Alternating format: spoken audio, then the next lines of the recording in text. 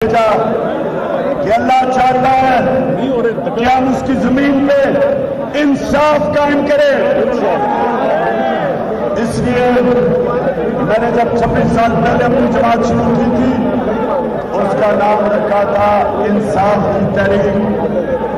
मुझे और अपने पाकिस्तान के वकीलों की जरूरत है इस तहरीक को कामयाब करने के लिए।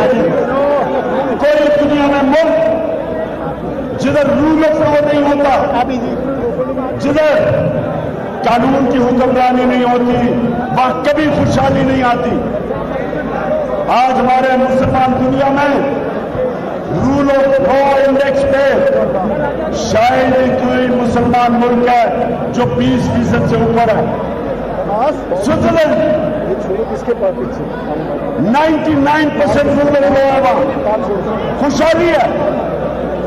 जितना गरीब मुल्क उतनी कम उस मुल्क में कानून की बालादस्ती, रूल ऑफ लॉ उतना कम, उतनी गुर्बत।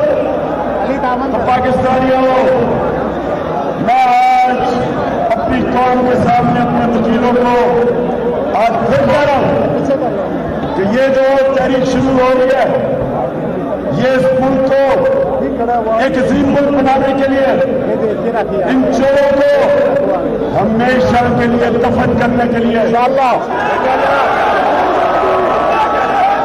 और अमेरिका की गुलामी से हमेशा आजादी लेने के लिए।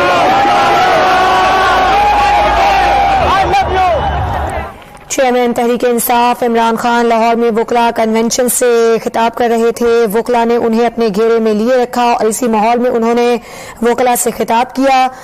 जो वकला थे वो सेल्फियां बनाने की जद्दोजहद में भी नजर आए। भरपूर जोशो जज्बे का मुजाहरा किया गया वकला की जानिब से।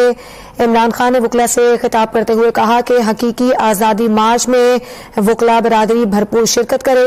साथ ही साथ इमरान खान ने यह भी कहा कि गुलामी नामंजूर है।